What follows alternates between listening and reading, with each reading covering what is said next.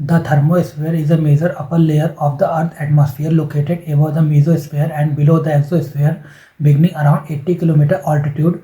The term originates from the Greek word thermos meaning heat. It shows a sharp rise in temperature with height due to absorption of high energy solar radiation. This layer contains most of the ionosphere where ultraviolet radiation causes photoionization, producing electrically charged particles that influence radio communication and atmospheric processes.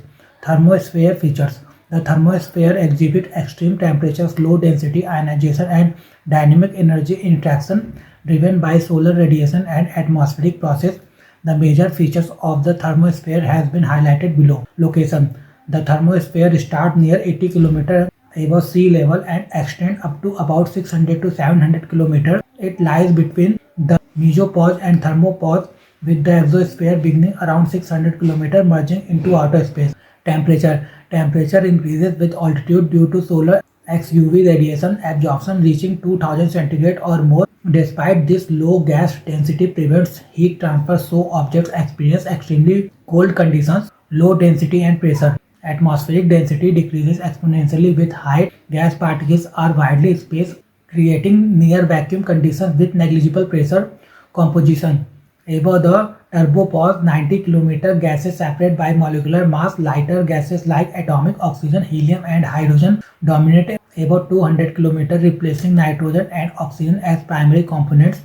Ionosphere: the thermosphere hosts most of the ionosphere, where ultraviolet radiation ionizes particles. This enables radio wave refraction, allowing long distance communication beyond the Earth horizon. Solar radiation effects: solar X-ray and extreme ultraviolet radiation are absorbed here, causing heating and ionization. Variation in solar activity can significantly change temperature and density, especially during solar flares. Sound transmission: above 160 km lies an acoustic zone where molecular collisions are too infrequent to transmit sound, making this region completely silent.